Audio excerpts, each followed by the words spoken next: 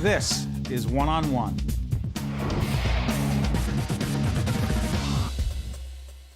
Everything you ever wanted to know about arts education, you're about to find out right now. The guest we have in the studio is Alex Diaz, Director of Education and Outreach at Bergen Performing Arts Center. Good to see you, Alex. Good to see you, Steve.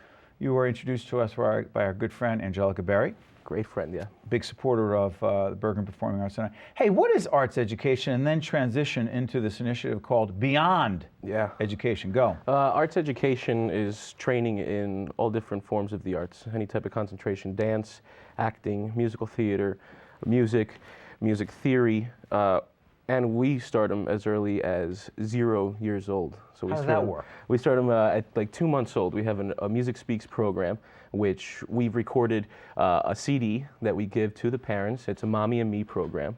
So we start them that early.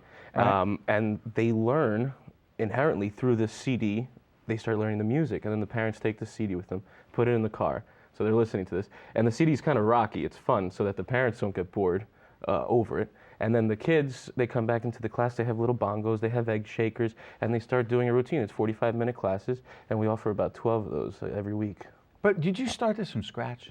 From pretty much scratch. Well, from your head, you said, hey, Well, listen, no, this is what we need, or what? Yeah, well, there was I came on about 1.5 years ago, and Right. the only thing that existed was our Beyond Dance School, which is Right. a huge resident school, a Big dance success. company. Very, very successful school, and that's under the artistic director, Roberta Mathis. That's right. And she's been there for ages in Englewood. Because we should make it clear. By the way, put up the Bergen PAC website if we could, team, because the Bergen PAC has a great history. Yeah. As we're talking about it. So make the transition. Go ahead. So they started as John Harms, and Right. then the John Harms went under.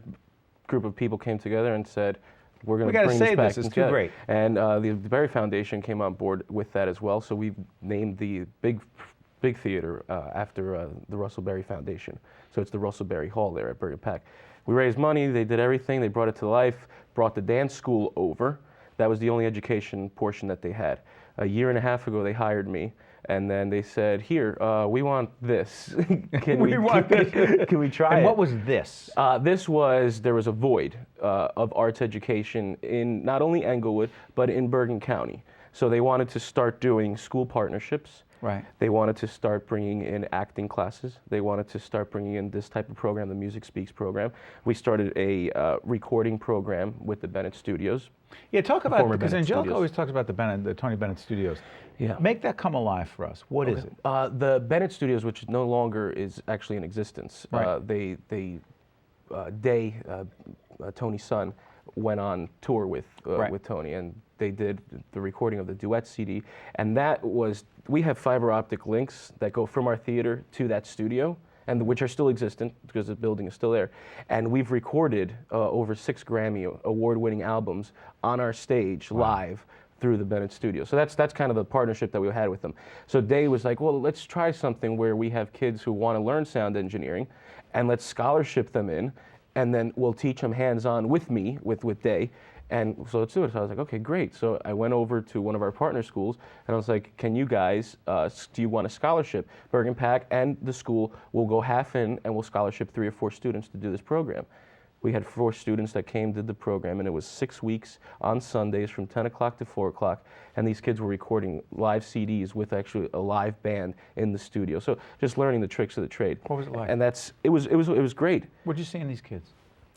Just the improvement in technology with them, their audio sense, just to be able to pick up and from not knowing anything, and starting from scratch to now being able to sit down on their GarageBand or sit down on their Pro Tools and say, okay, I can mix this, or do things in their schools. So they're bringing this knowledge back to their schools. They can sit down and their graphics art department and start recording a CD, do things, package it, and then sell it. Amazing stuff, because the Beyond Education initiative, dance, music, theater, and stage, right? Mm-hmm. You know, it's interesting. You said that some kids feel like, you know, it makes them feel really special. Mm-hmm. You know, what it does for them is just so powerful. You said there's an anti-bullying component to this. Mm-hmm. What does that mean? You know, there's huge anti-bullying awareness going on right now. In fact, in Assemblywoman Valerie Huddle from up in Bergen County as one of the leaders of that initiative, and also Great, tied to, but through Frank. Very, very, very tied Frank to Hudson, very tied to the Bergen PAC. So go ahead. Absolutely. Both of them founders That's of right. the Bergen PAC. So make that anti-bullying connection. It's interesting. I wouldn't have thought of that. Well, as part of our school partnerships, which were also created last year, we brought on board school number 5 in Patterson. Right. And they had an incident in their school where a first grader was bullying another first grader to the point where he brought in a weapon to the school. And the school called as part of our partnership and said, we really need an assembly program. Not to rectify this situation or anything, but just to shine light on anti-bullying.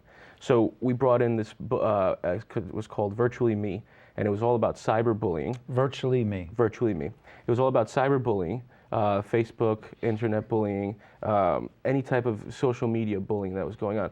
And these kids were so responsive to it that to this day, the teachers will still call and say they reference not bullying because of this show. But how's that arts education? Devil's advocate. Because it's providing. They're seeing the performers on stage. It was an assembly program brought to their school on their stage, so they're seeing the performers perform this, and that's how they tie into it. And then we send them study guides on it as well to just try to tie everything. Powerful. Talk about Music Speaks.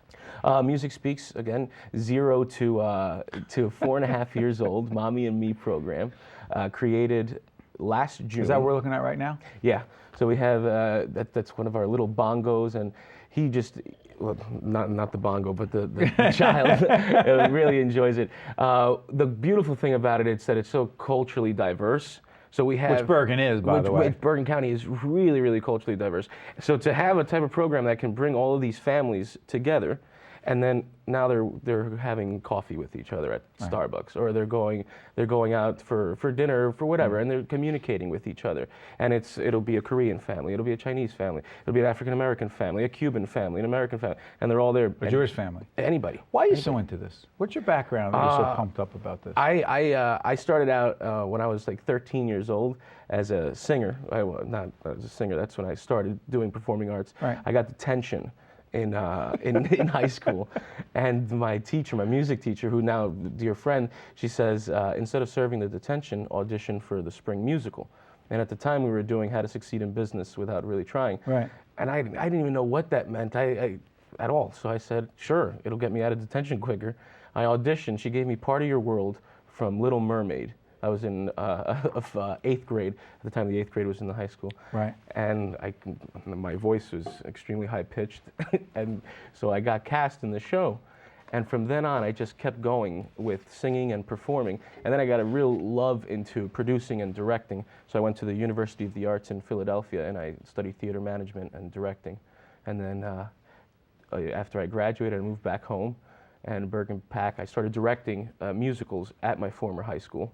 And Bergen PAC's executive director at the time came to see the musical and said, hey, we have a void with arts education. Is this something that would interest you?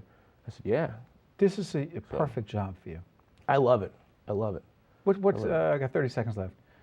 Most exciting things happening in the future for Bergen PAC? Growth. All the programs are growing. So right now we're at the baby stages. Literally, we're at the baby stages with every single program, and everything we keep seeing is just growth and growth and growth. More schools are being added, more kids are registering for classes. We're reaching to more of the community. We're reaching outside of Bergen County. We're going into Essex County, Hudson County. Yep. We were trying to be the best program in the state. Well, we're looking forward to being your partner. We're looking forward to doing some shooting up there, being involved more and more in arts education, and we want to thank our friend and patron, if you will, Angelica Berry and the Berry Foundation for bringing us together. Alex Diaz, Director of Education and Outreach at the great Bergen Performing Arts Center. Thank you, Alex. Thanks, Steve. Good job. Your problem is you got to be a little more excited about your job. Only kidding, man. One-on-one will continue right after this. Stay with us. That was great. Funding for this edition of One-on-One with Steve Adubato has been provided by Johnson & Johnson, Health First New Jersey, TD Bank, the Russell Berry Foundation, and by Community Education Centers. Promotional support provided by The Record, North Jersey's trusted source, and northjersey.com. Transportation provided by Airbrook Limousine, serving the metropolitan New York, New Jersey area. One-on-One with Steve Adubato has been produced in partnership with St. Joseph's Healthcare System.